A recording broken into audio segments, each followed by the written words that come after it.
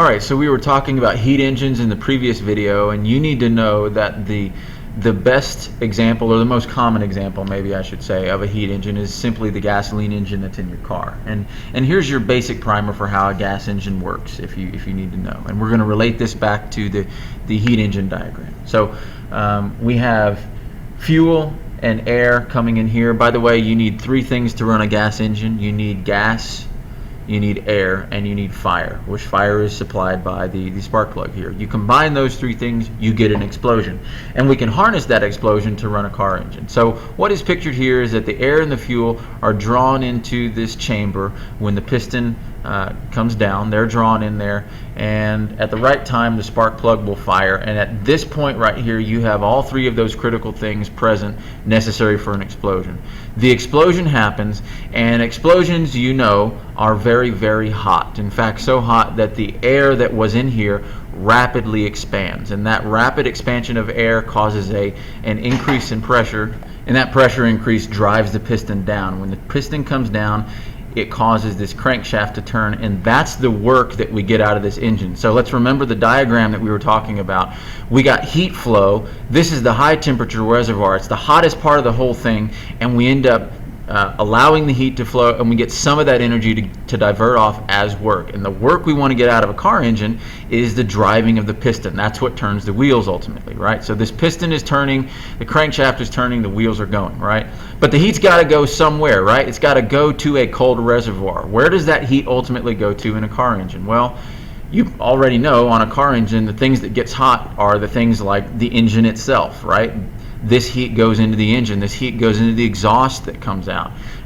Your coolant is heated up. Your radiator is heated up. Ultimately, your brakes will be heated up. All these places where heat goes, all of those places where heat is ultimately wasted to is the cold temperature reservoir. So down here on a car engine would be the exhaust, the engine, the coolant, the radiator, all the things that get hot that you don't want to touch on a car. But even as hot as those things are, they must be, according to the second law of thermodynamics, they must necessarily be cooler than your high temperature reservoir. And that's the reason why the high temperature reservoir on a gas engine is the explosion itself. And the ultimate source of the energy of that explosion is the gas, of course. But the explosion is the hottest part of the entire thing, and then that heat will flow outward from there, right? But no heat engine can be 100% efficient. If you did have a 100% efficient engine, what that would mean is that all of the energy that you put into the engine could completely be diverted off to do work, and you would have none of this stuff down here in the cold reservoir. In other words, you'd have no waste. Because if you think about on a car, the engine gets hot, the exhaust gets hot, and you can't use any of that energy. That energy's gone forever. It's completely lost, and that's why we sometimes call this energy down here the waste heat or the rejected heat. It's gone, right? So it's wasted heat, and if we could use all of this energy to do work, that'd be great, and that would be 100% efficient. But no engine is 100% efficient. Some heat is necessarily going to be lost. And we can calculate that efficiency using these two equations. So the actual efficiency of an engine in percent can be calculated by the output energy divided by the input energy, and you multiply that by 100 to get a percent. Or you can calculate the maximum efficiency possible for an engine, and that's 1 minus Tc over Th, and this is the this is the temperature of the cold reservoir. This is the temperature of the hot reservoir. And the important thing about these temperatures to remember is that they must be in Kelvin. Those temperatures have to be in Kelvin. So once again, here are your two equations. You can write those down in your notes. This is probably the more important one, the one that we use the most.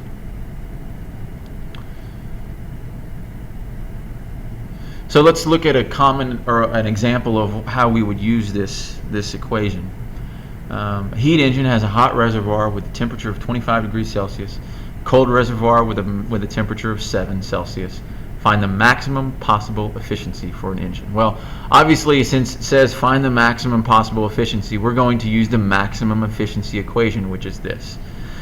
All right, so we want to find E, we want to find the efficiency, and all we need is the cold temperature and the hot temperature. Well, I think it's fairly easy by looking at the equation or at the problem that this is the warm temperature, This is the cold temperature. And the only thing we need to remember is that we have to convert both of those to Kelvin. Remember, temperatures in this equation must be in Kelvin. The way you convert to Kelvin is to add 273 from Celsius. So for the cold temperature, 7 plus 273 is 280. And for the warm temperature, 25 plus 273 is 298.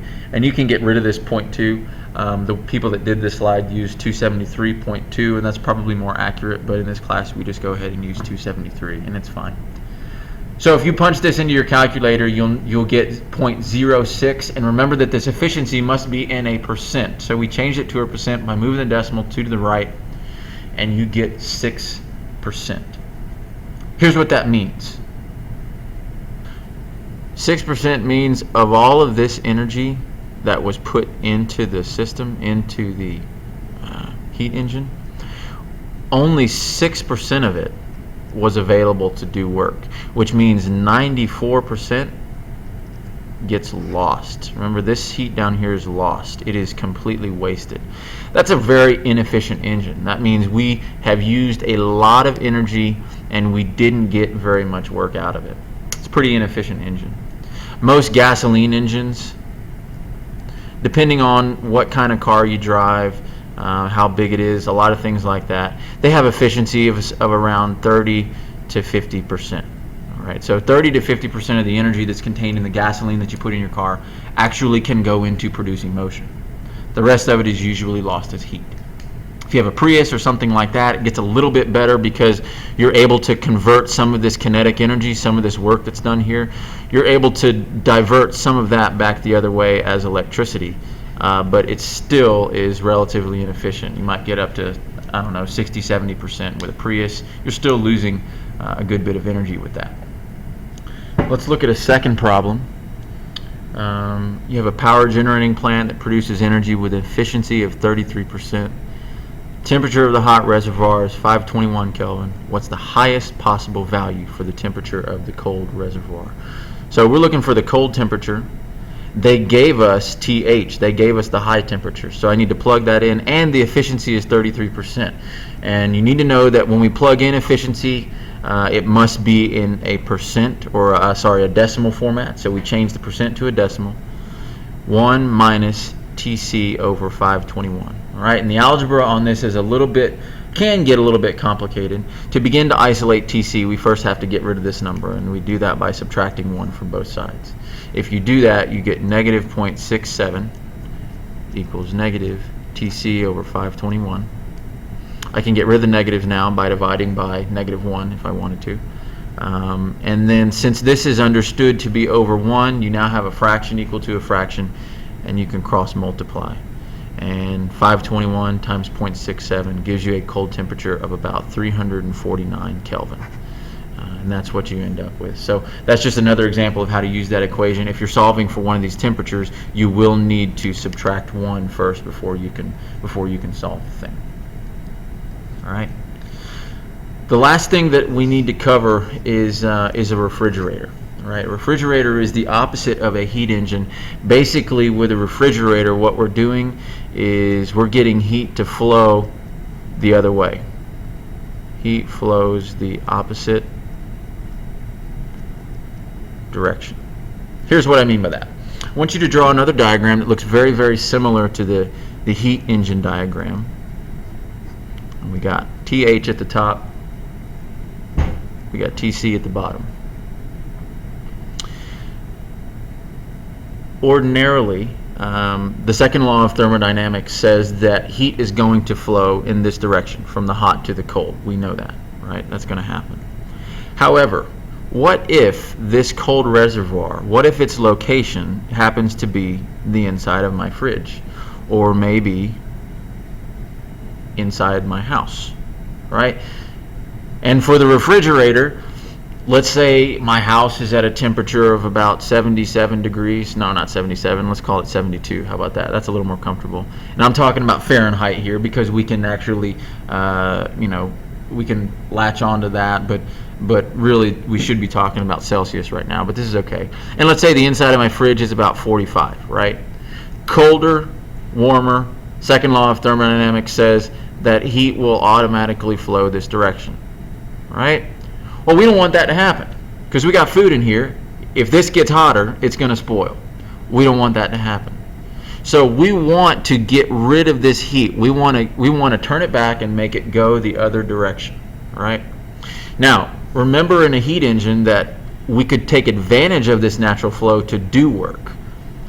This is kind of like the water falling downhill. We use the water flow to get work out, right? But if we want to get the water back to the top of the hill, if we want to get this heat to go against the flow, just like with the water, we have to do some work. We have to put some work into the system to get this thing to flow back the other way, right?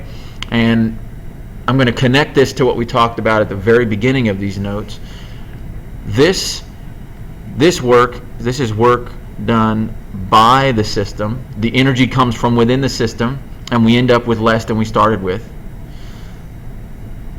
This is work done on the system, because we bring energy, electrical energy as a matter of fact, from outside the system. It takes electricity to run an air conditioner, and when you bring that in from outside, you end up with more temperature than you started out with at the beginning. Remember, we're flowing the opposite direction in this. All the labels are still the same. It's just that everything is flowing a different direction. All the names up here are the same, and down at the bottom. This work is done by a compressor, something called a compressor.